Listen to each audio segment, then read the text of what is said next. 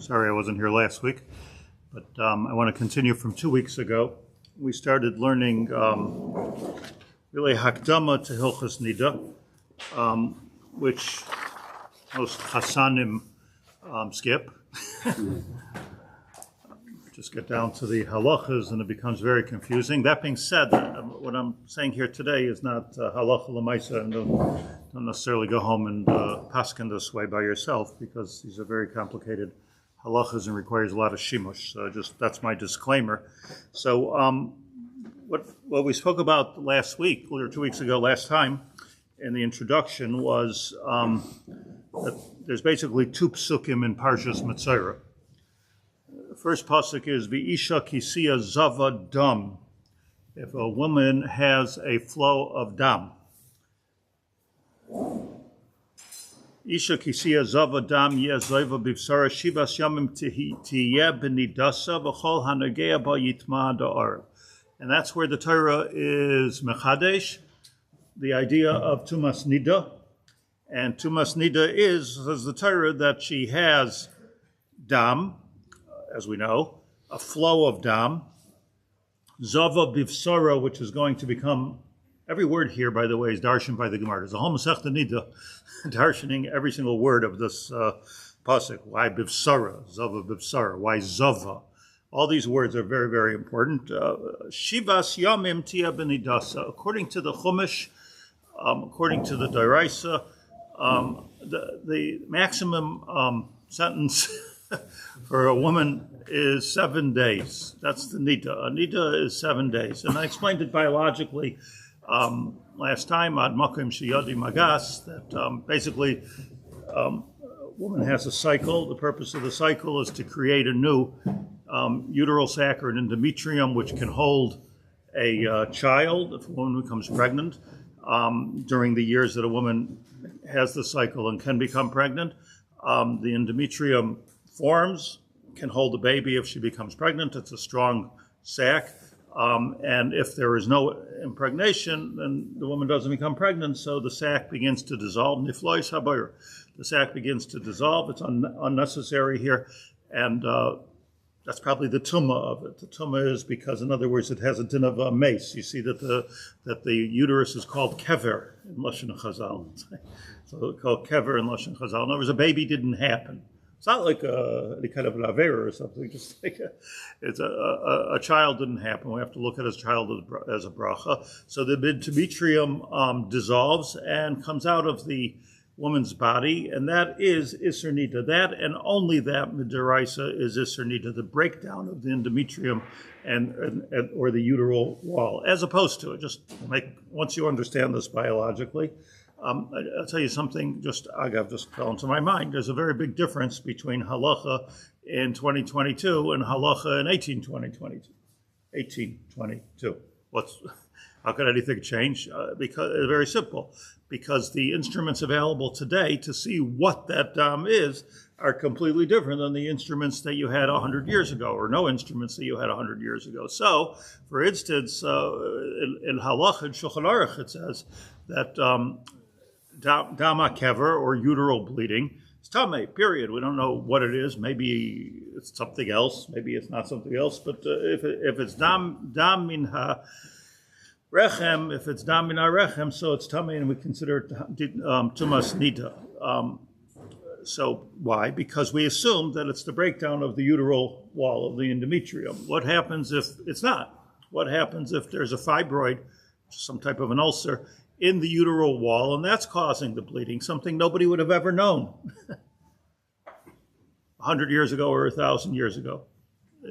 For this, you need to have MRIs and things like that to know that there's a fibroid in the uteral wall. So it's not dam niddah, baruch hachama, it's not dam niddah. Do we say that, okay, well, the Chacham said kol hayotze min harechem is dam tameh? Do we say that or not? Comes from Shlomo Zalman Auerbach and other poskim after him.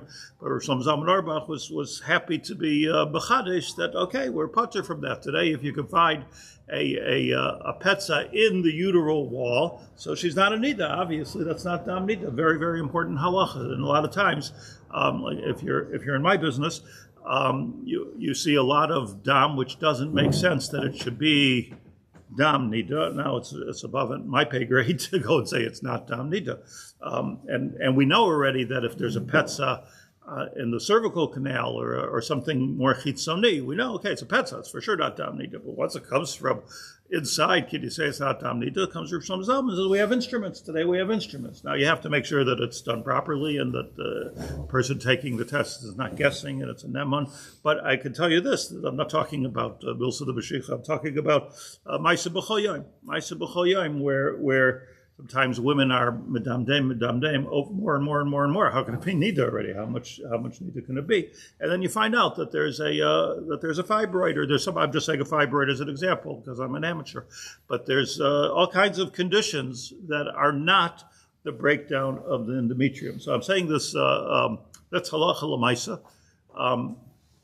If you really have like an eye for it, you could even tell by looking at the bedika. But what I can tell, or Rabbanim that are much more experienced in chashav than I am can tell, doesn't mean anything. You have to have a clear check. Like I say, it's above my pay grade to look at the dam. David HaMelech could do that. Ben dam ledam, ben din ledin. The Torah says you can tell between it. What by us it's red, it's usher.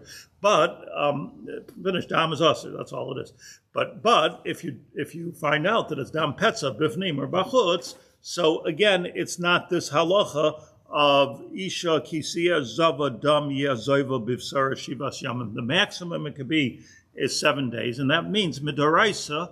That if, and I explained this last time, that if a woman has a flow, so there's no hefsek tara, there's no shiva nikiyim, there's no such thing as shiva nikiyim by in Hilchos Niddah, and no such thing.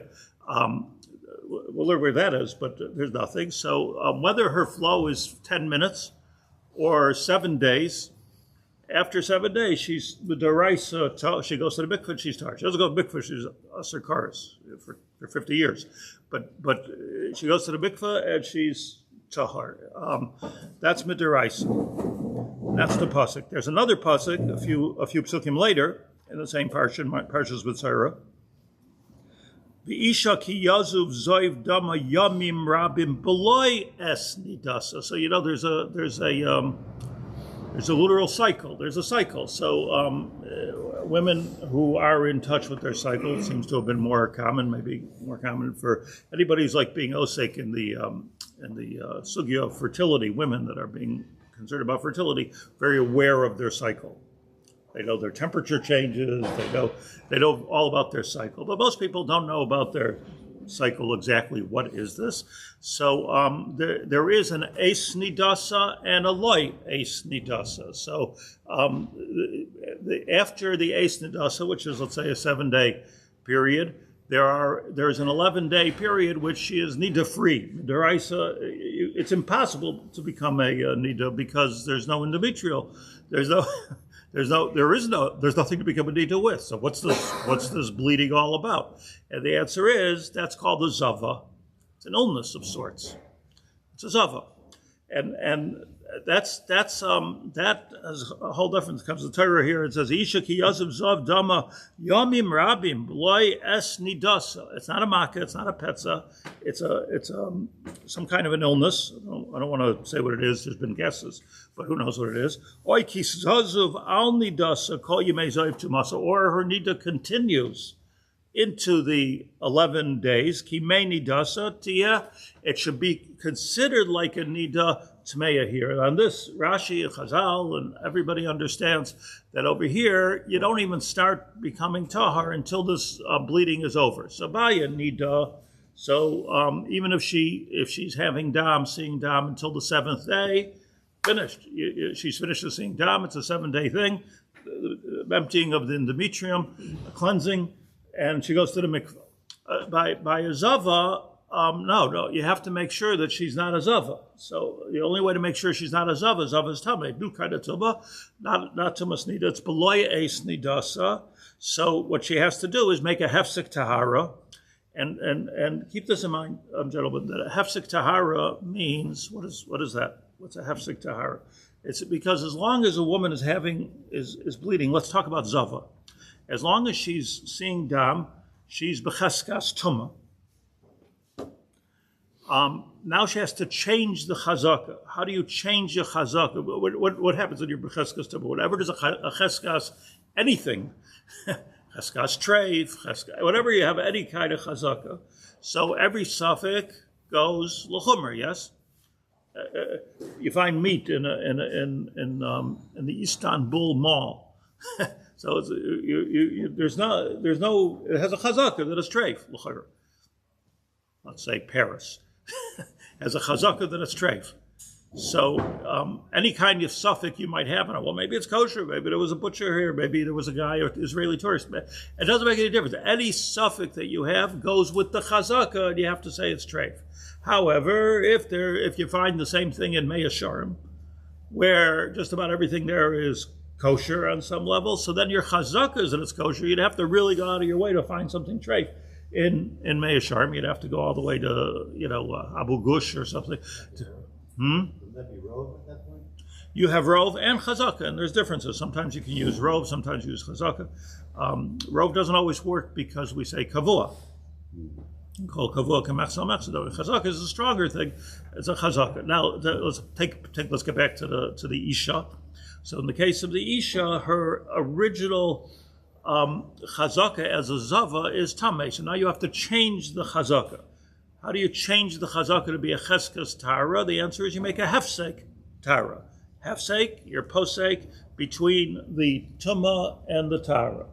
Now, what I have, and this is very important, now once there's a hefsek tara, we have a chazaka that she's past her niddah days, let's say, and past whatever she is going. So now you have sveikas.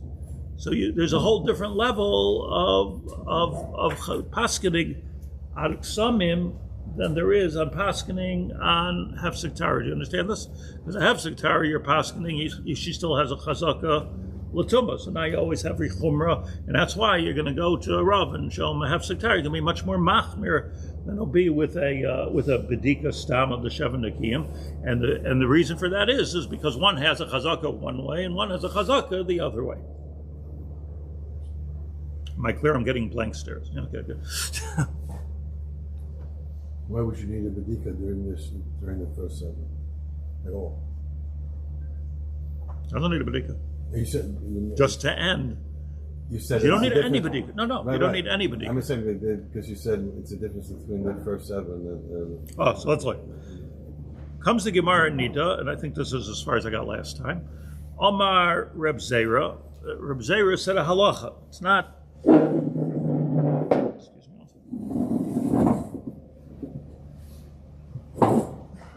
Why can't I be as comfortable as you? I'm tired. Amar Reb Zera. So Reb Zera, Amar, yeah. So Reb Zera taught a halacha, and he told us that there's a halacha of Benois Yisrael hichmiru al atzman. By the way, this is going to get us back to our overarching subject, which is minhagei Yisrael, the take from minhagei Yisrael. But there was a phenomenon in Israel where the Benois Yisrael, like your chashuv Jewish women, hichmiru al atzman shafilu royas dipas dam kechardel yoshves aleh shiva nekim. Now, there's a lot of chidushim in their chumrah. One chidush is tipas dam. The Torah says zava b'vsara. It's to be a flow. Another chiddush is kechardel, which is idit to chidushim. Chardel is a mustard seed. One of them is the size. It's a very small, mustard seed is a small, tiny little thing. And the other thing is the color. So there were machmir, chardel. If you don't learn Hilchos Niddah or you're not a farmer, you probably don't know this. The chardel comes in black, white, and brown. 3 different types of mustard, which comes to be the shach, the taz, and the prima donna. What is the kechardel that they were machmer? Chardel that's black is a maru which Rabbi Yehuda Nasi already asked.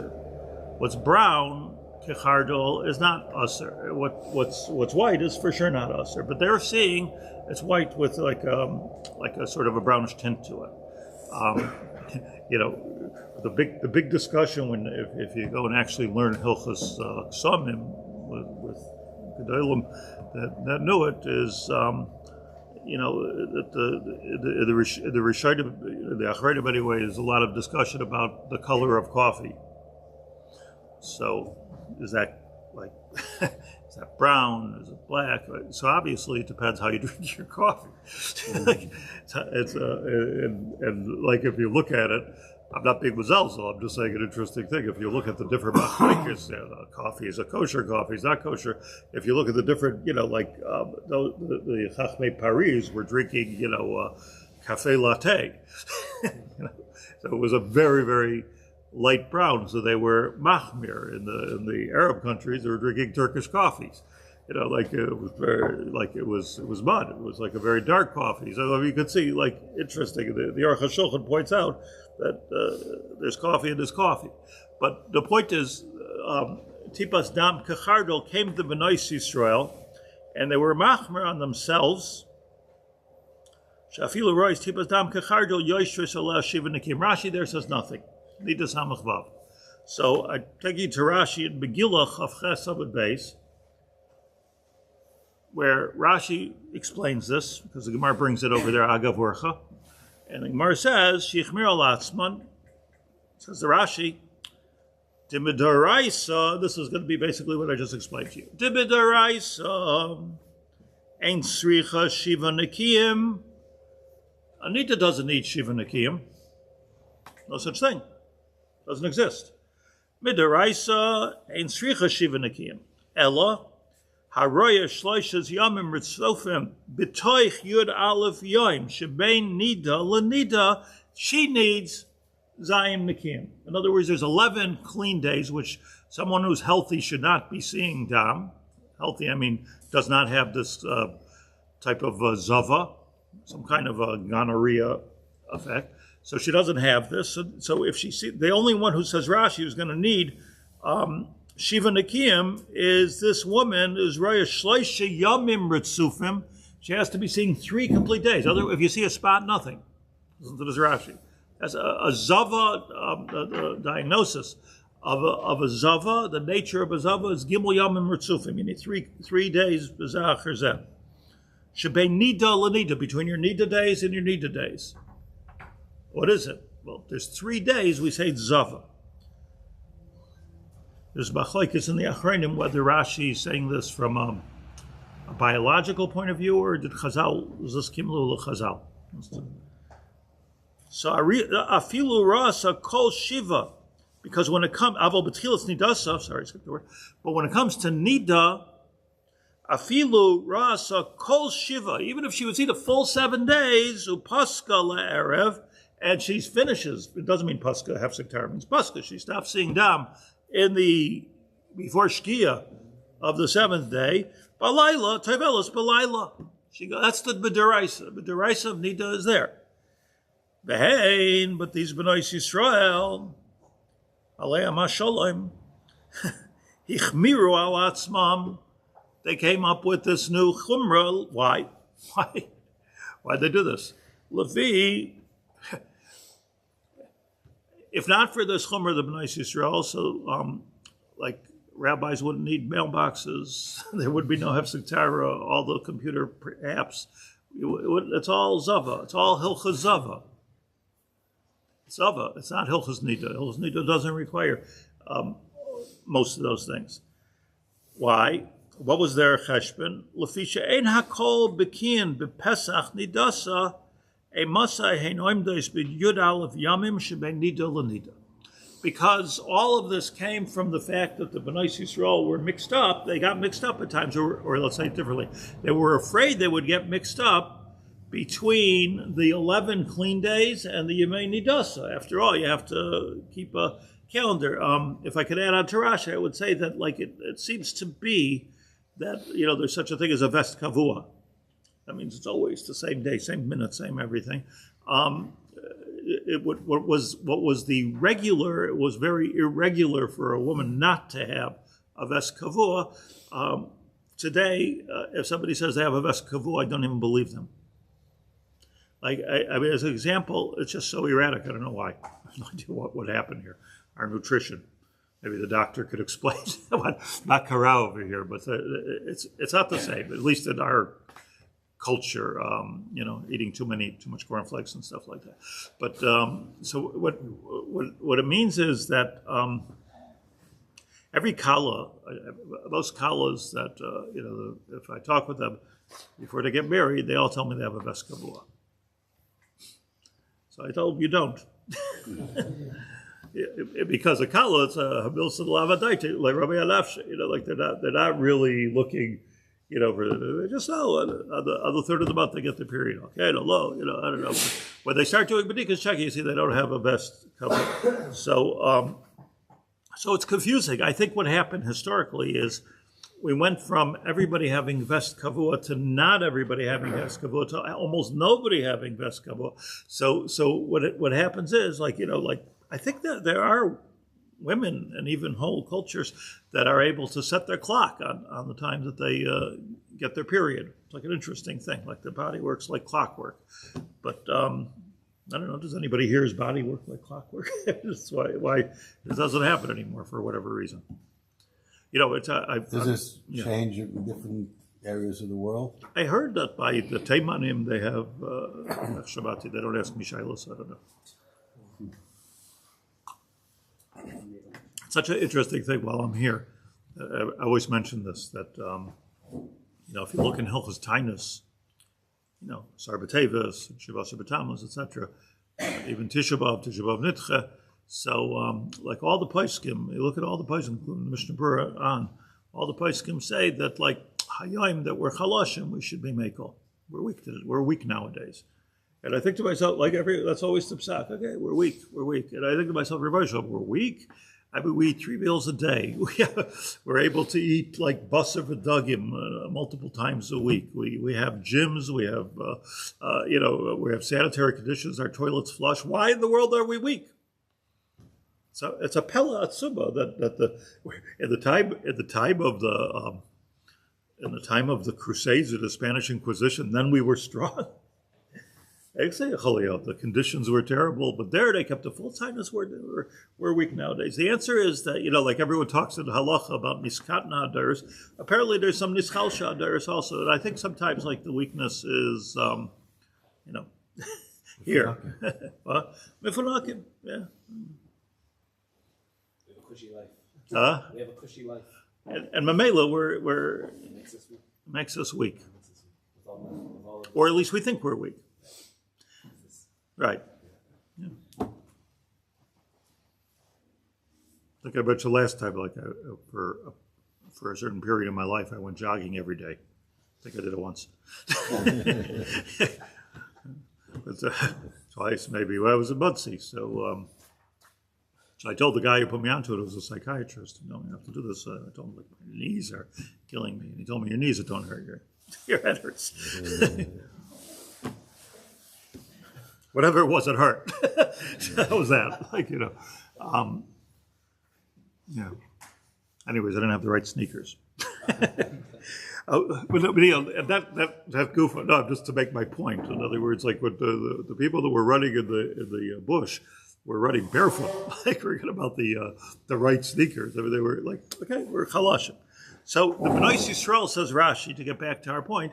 The Bnei Yisrael ichmiru al atzman is that we don't know anymore if we're in the 11 days of Zava or we're in the 7 days of Niddah. We just don't know anymore. So what we're going to do, says Rashi here, Bnei Yisrael hechmiru al atzman, that afilu raya tipas dam kachardel, whenever it is in the month. And so here we have another chumrah in the chumrah. Wherever it is in the month, we're going to be machmir, no matter whether it's. Now look at the chumrah; it's an unbelievable chumrah they took on themselves.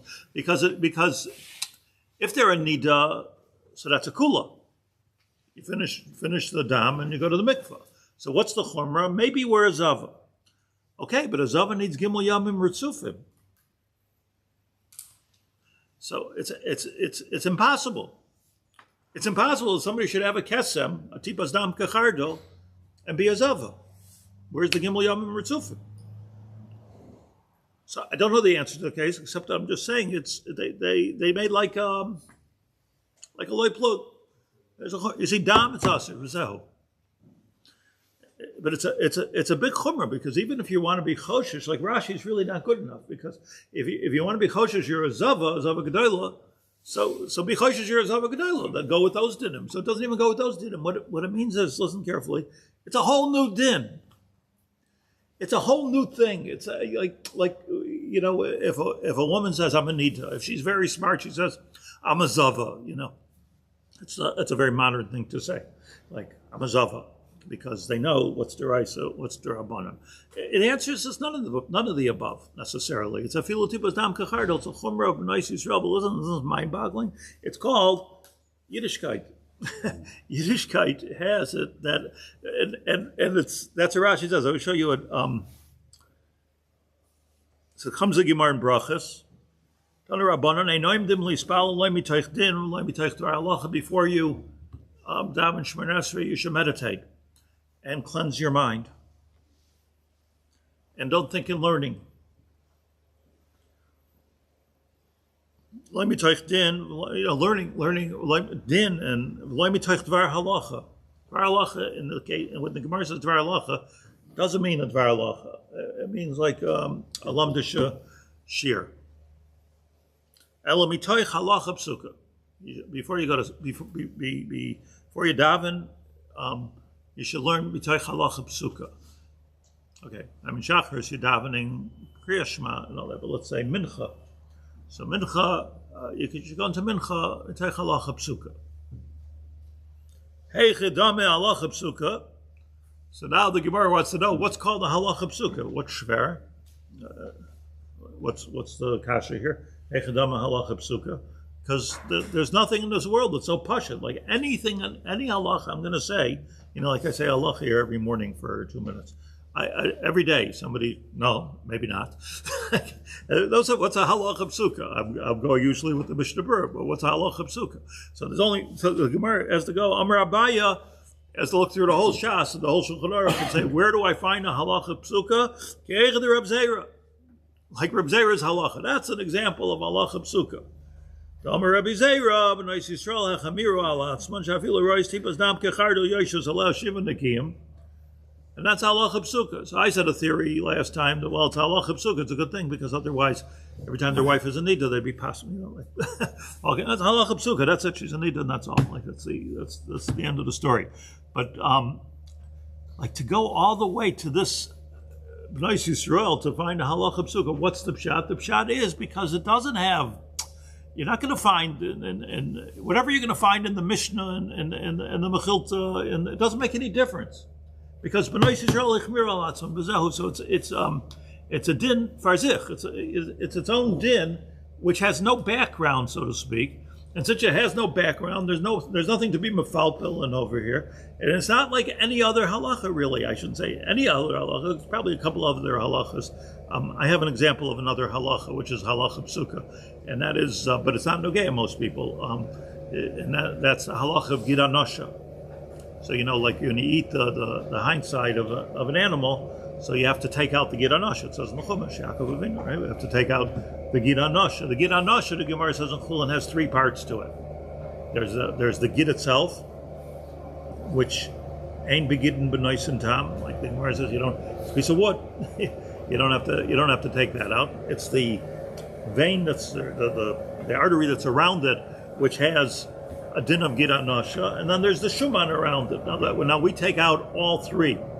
The shuman, if you've been to a butcher shop and you've learned this, you take out all 3, all the shuman and the gid and the gid itself.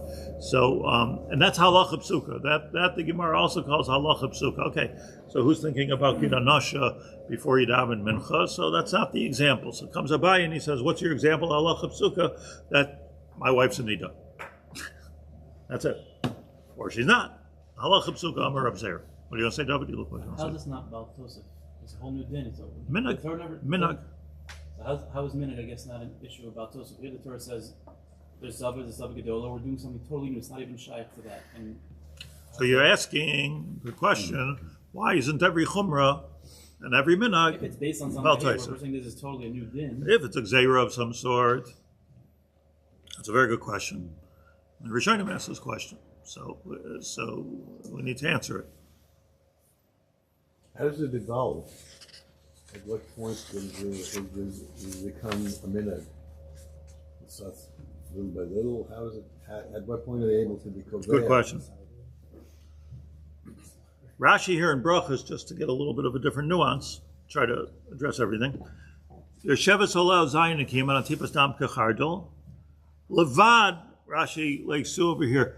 Levad me'ois hayoim shepoisekes. So it's 7 days plus 1, right? Rashi adds this over here. V'atayra lo hitzricha zayin nikim, as we know, ela lezava shenamar v'imtara mizayva. That second pasuk chafei bein zava ela aroyish l'shiyam ritzuvim teichid alef yom shebein niddah l'niddah. I just brought in the Rashi. If you want to be medayik, there's a lot of diukim between this Rashi and the other Rashi. The Rambam says, now there's a little lashon here, to your point. Oid, there's a Rambam in Hilchos Niddah, that's Hilchos Niddah.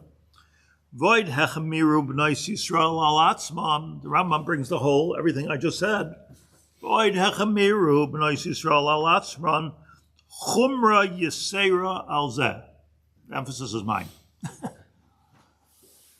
Which, how do you translate that? What do you say, Danny? Chumra yisera al zeh. An additional chumrah. Or a greater chumrah. Or a chumrah yisera, like, can also mean almost too much of a chumrah. Exaggerated chumrah. And the reason I ask this question, because I see in the Achreinim on the Rambam, they argue what the Rambam meant. When he said chumrah, he said, what like, could have just said chumrah. Like, you know, it could be you can read this Rambam by saying, and then the B'nai Yisrael went crazy. V'oidech mir B'nai Yisrael al atzman chumra yisera. How's that? V'nagu kulam b'chol makayim. This is your question. V'nagu kulam b'chol makayim sheyesh Yisrael. Any place where Jews are found. Shekol Bas Yisrael, says the Rambam, that every Bas Yisrael Shiroy Adam, Afilu Leirasa Latipa Kechardo, Bilvad, Upasak Adam, Seferes Lashiva Yomim Nikiyim, Vafilu Rasa Be'es Nidasa. You know for sure it's a Niddah. It's Be'es Nidasa, your Kavua, everything. Nevertheless, the Rambam says that the B'nai Yisrael are machmer themselves, B'chol Makim Sheyesh Yisrael, Shekol Bas Yisrael Shorosh Adam, Afilu Leirasa Latipa Adam Kechardo, Bilvad. So, like, what is this, David? What is this? Minhag? Rambam says a lashon of chumrah. How did it happen? How did it evolve that wherever there's a Jew, you got to keep this? Don't tell me you're a Sephardi here. Don't tell me you're a Yekid. Wherever there's a Jew, you got to keep it. And there's such things we didn't keep this. Everybody kept it. How did this happen? I mean, it was a B'nai Yisrael. They had a convention. So they all came together and it was like how did this? When did it happen? Now, remember, this did not happen in the time of Reb Zera. Reb Zera just reported on it. So this could have happened in the time of Rabbi Yehuda Nasi. This could have happened earlier. And it could have been a davar shebeminyan. It could have been that it's something that came to the Beis Din HaGadol in Yerushalayim. And they said, let's take on this chumrah of the B'nai Yisrael. Since the B'nai Yisrael were machmer like this, let's make it already a din. And now it's no longer has to do with B'nai Yisrael. Rabbi Zera is giving a history lesson, but it's no longer having anything to do with the B'nai Yisrael. It has to do with the Sanhedrin and Sanhedrin Paskin. That's what the Maggid Mishnah says in this Rambam. This goes back to the Sanhedrin. There's no Agav. The Maggid Mishnah says here. If I don't say things Agav, I forget them. I'm sorry.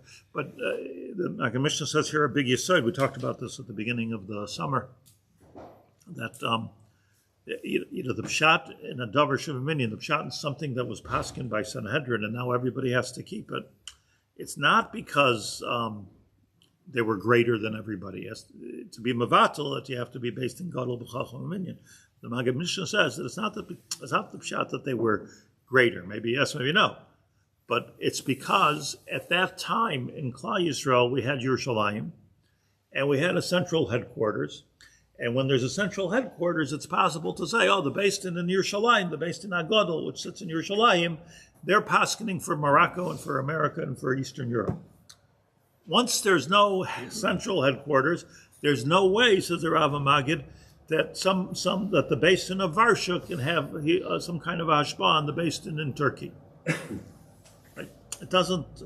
So the pshat in something which went through the rigor of the Beis Din HaGadol in Yerushalayim, the pshat is now everybody's chayiv on it. So you have to say the pshat in this Rambam is that it became a halacha unto itself, and a halacha unto itself. So the whole Bnei Yisrael. So now, what is it?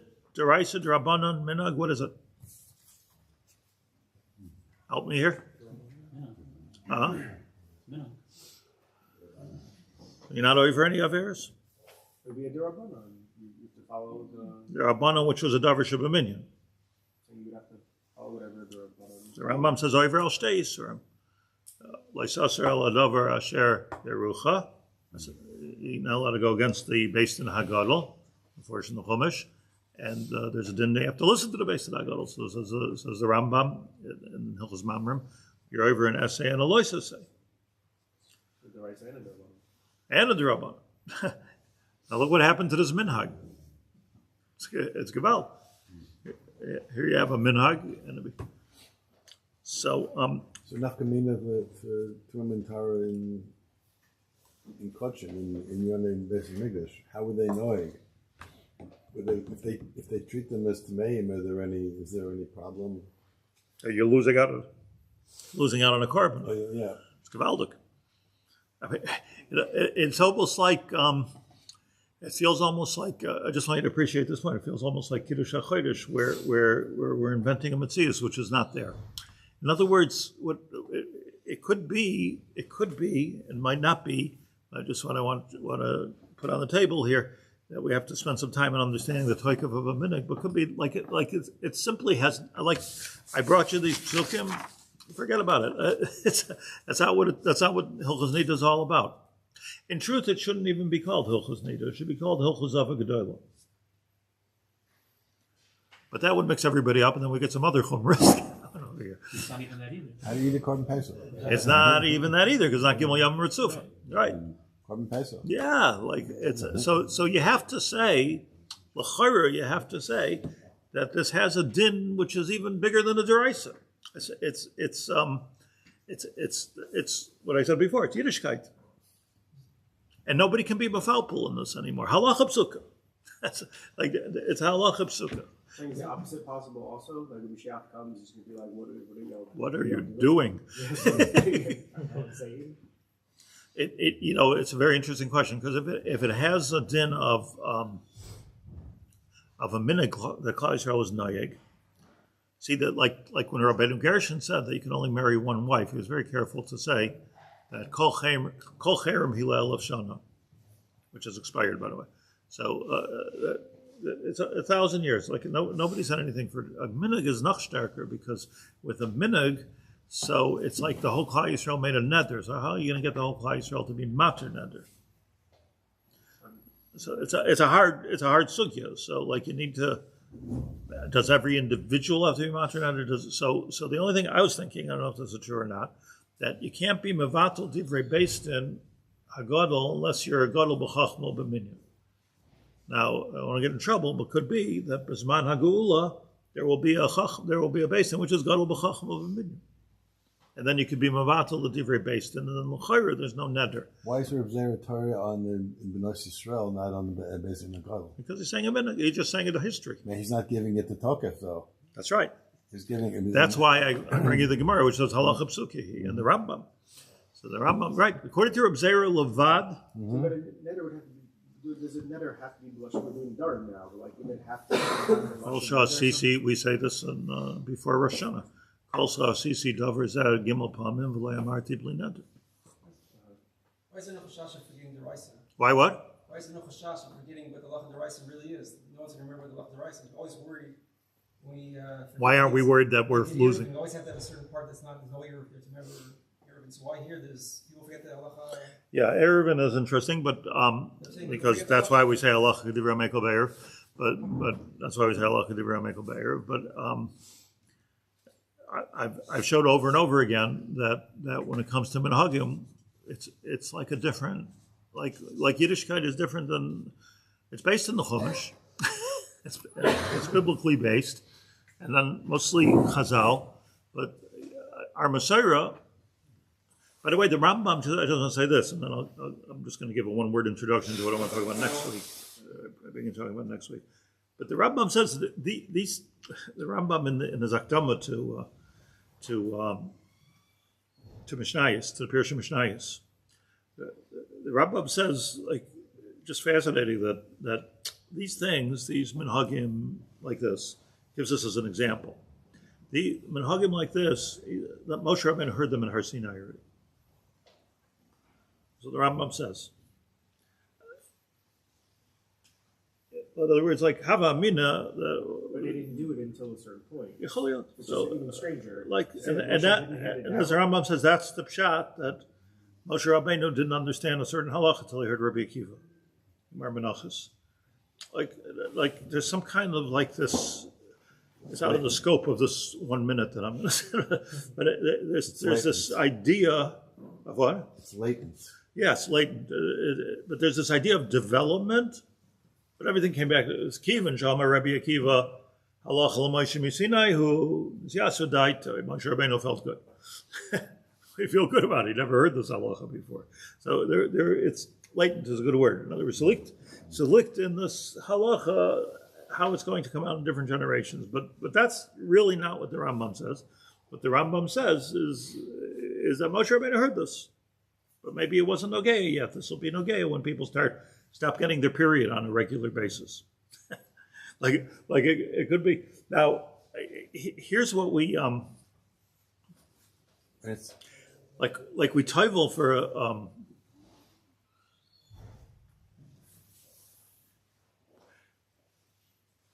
okay, there's a lot to say, but what I want to introduce to you here is just to tell you about this. Maybe we'll learn it together, but this is a sefer called Kontrasei Shiurim. It was written by Rosh Yeshiva Rav Yisrael Gusman, Tzadik Livracha. Rav Gusman, who I met, no, but lived there many years ago. Rav Gusman was probably one of the biggest Talmidei Chachamim in the generation. And he sat on the Beis Din of Reb Chaim Moiser when he was 23. And actually, like the sefer I didn't have, but I just borrowed it last night from a Talmud of Rav Gusman, who lives here. And I said, "Do you have this the sefer of Rav Gusman on Kedushin?"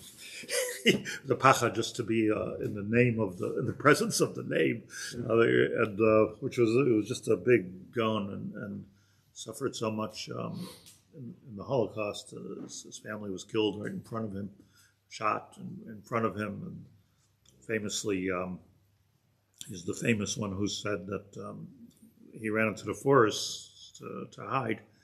And he said just before, it was a year before or something like that, Reb Chaim Moiser, you probably heard the story, but I'm just giving it a Reb Chaim Moiser took him for a walk in the forest, and for some reason out of nowhere he said, "This berry you can eat, this leaf you can make tea out of, this one is poison, this is good if you get it, this illness." Reb Chaim Moiser told him every single thing in the forest that he would see. They didn't know why is he even telling me this, that he was the spell for Reb Chaim. But when he was running away in the forest, that's how he survived. That's how he was able to live, because Reb Chaim Moiser told him all these things. Okay, like so when you talk about our Messiah and what our minhagim are and what our dinim are, like, don't mess with the Gedolei Hadar. So Rav Gusman, big Rosh Yeshiva. Another piece of history, when he came from Europe to America, he couldn't get to Eretz Yisrael. He came to America, and he became the Rosh Yeshiva of 770. When he was not before the Rebbe was Rebbe, before the Rebbe Menachem Mendel was a Rebbe, was the Frierdiker Rebbe. They first came, and the Slobavitcher, the one we call Lubavitch Rebbe, he was like very present, but he wasn't the Rebbe. You know, he was like the right-hand man of the Rebbe, and had a lot to do in the yeshiva. And when they came to America, a lot of the Talmidim, Rav Gusman was a Rosh Yeshiva. They made Rav Gusman the Rosh Yeshiva because he was the biggest Talmud Chacham there in New York, the biggest Rosh Yeshiva in New York. And he gave shiurim, and then they made a thing. The Bachram in Lubavitch made a thing. You're talking about, you know, a long time ago. They made a thing that they wanted to learn an hour of Hasidus before they start learning Gemara in the morning. And Rav Gusman said, no. Hasidus, Musar Seder, you know, like, had a different understanding of it. And the Rebbe, who wasn't yet the Rebbe, didn't back him. Let them learn Hasidus, so he quit and started his own yeshiva in New York, and then eventually came to Eretz Yisrael, and he was going on dear, but a broken person from the Holocaust and everything. But anyways, so at the end of his Sefer on Kedushin, he has the most magnificent kuntras on Sveika de Rabbanan Lakula V'Dinei Minhag. Magnificent kuntras on Minhagim. It goes on and on and on. And in the last page, by the way, that the for years and years, even after Rav Gusman left Chabad, Lubavitch, so they would send all their Niddah shilas to him in New York, because he was like the big shilas they would send to him. So at the end, he talks about exactly this point. I'm just going to give a little bit of introduction and 2 paragraphs I want to learn with you together, because it's so yesodistic. But what he speaks about is that when it comes to, let's say, fertility issues or shalom bayis issues, is there any way to be mekel, given the fact that this is not deraisa, not derabbanan? It's a chumrah of Bnei Yisrael that Reb Zera reported. So true, the Gemara says halacha psukehi, but sof kol sof. If somebody's not having children, you know how this happens. Because, well, obviously, if a woman is always outside her husband, not going to have children. I mean, you don't have to go further than that. So this is what he's mefalpel on the last page of his sefer, and it's very yesodistic. But we have all the information to be able to learn what he says properly. And that is that this is what the Pasuk says, as Chazal say, this is what the Reb Zera says. This is Bnei Yisrael, Reb Zera, the Rambam, Halacha Psuka, the Gemara in Brachas, Chavdalad, we saw what Rashi says. And now, Halacha L'maisa, how does it affect Hilchos Ksamim Biyadenu? If, sof kol sof, Reb David, it's a minhag, yeah? It's a minhag. So, like, what are we going to say? I mean, just think about it. That because of this minhag, if it's a minhag, because of this minhag, you can never have children. He can design, and that's where he was starting from. Okay, thank you for listening. Who was the Talmud that had the Sefer? This is who had the Sefer? Yeah. It was Bernstein is the father-in-law of Erman. He was here.